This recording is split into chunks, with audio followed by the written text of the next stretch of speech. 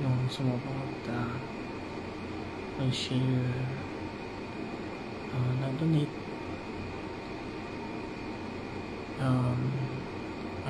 nagpirma na ako 9 AM.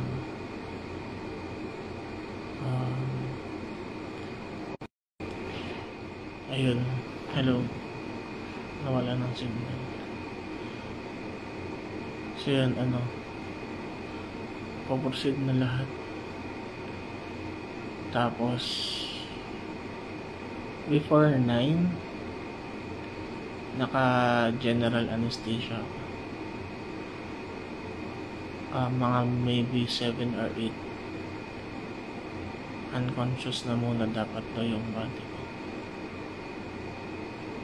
Tapos tatry daw muna ng hangin sa bibig, yung CPAP, kasi nag-develop ako ng OSA, yung hindi nakakahinga pag tulog. Pag hindi kinaya ng CPAP, they have to put a tube inside. Ayun.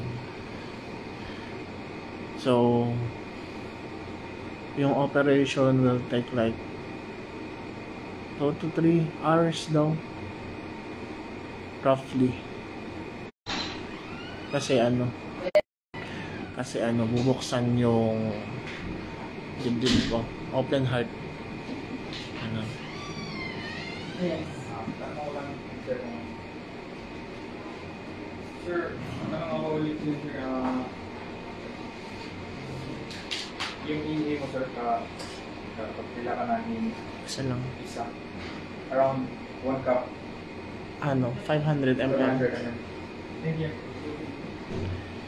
Tas yun, pagbukas, hihiwain to.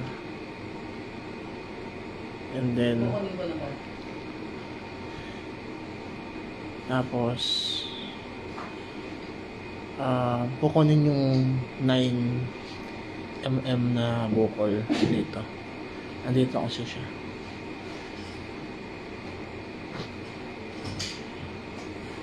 Tapos pagkuha, tatanggalin lang yung kayang matanggal.